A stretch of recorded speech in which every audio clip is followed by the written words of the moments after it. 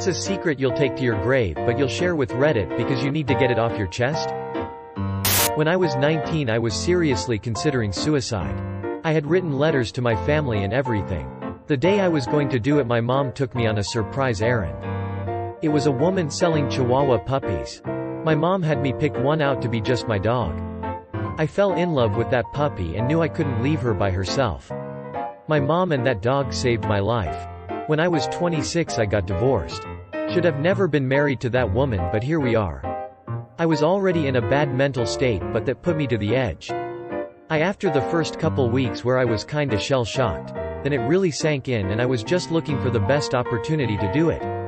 She calls me one day and says she's taking my dog to the shelter because of some bullshit reason. I tell her to fuck off, I'm coming to get him. I pick him up and get him home, look down at him and know that as long as I have that little fuzzy fuck, I can't do it. That was 7 years ago and he's the reason I'm alive. I don't know how I'm going to handle it when he passes. My cat got me through a lot of dark times. He died 9 months ago and it still hurts like a bitch sometimes but what prevails is the many great memories I have of him and the connection we had. I'll never forget all the good he did for me nor the way he'd jump on my lap and start headbutting my chin if he felt he wasn't getting the attention he deserved. Tears of joy. Edit. Cat tax. Wilson was the sweetest cat, and one of the dumbest too. I wonder how many people in this thread typed out a massive response, only to delete it all and move on. And amp. #X200B. Exactly what I just did. Can't wait for all these to be read out loud by Microsoft Sam on a TikTok with some Minecraft gameplay behind them. The amount of empty liquor bottles I found hidden around the house after my husband passed away.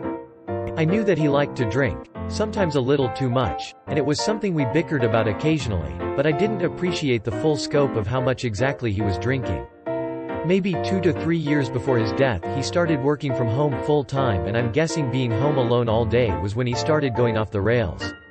Absolutely nothing to do with the circumstances surrounding his death and I wouldn't want to tarnish his memory to family or friends, so I keep it to myself but I don't mind sharing it with strangers. A year ago my partner of 8 years left me out of the blue, 2 months before our wedding. People tell me how strong I am and how well I'm doing. Compliment my work ethic, I work 60+ hours a week between 2 jobs, and tell me how admirable my coping skills are. When people ask I'm quite firm in saying how much better off I am without him and how happy I am. Truth is, I think of him every minute of every day. I work so much to avoid being alone in our house. I still love him. I cry myself to sleep at least twice a week. I think about suicide a lot and truly I don't think I'll ever love anyone like I love him. He was truly my best friend. We bought a dog a few months before he left me. I don't know where I'd be if she didn't come into my life. So's for the downer post but that felt cathartic to put into words. I lit a firework in a public park and panicked so I flushed it down the toilet. Boom. No more toilet. Whoops, I was 12. I'm so sorry I laughed at. No more toilet. I'm glad the toilet perished and not you. My ex-girlfriend's family told me to break up with her because of her erratic behavior. I will never ever let her know this. My ex-boyfriend's mom, when I called to tell her he had dumped me out of the blue and that I was afraid he was manic and alone, told me, "It is very strange to say this because he is my son, but you deserve better." There are a lot of parents who are secretly very disappointed in the kid they raised. Some of them think that the right spouse will make up for it. Some of them realistically understand that their grown kid is going to be a misery in the lives of others. My wife's ex-parents-in-law told her on her wedding day that it wasn't too late to change her mind. Even they knew that she was making a mistake. Edit.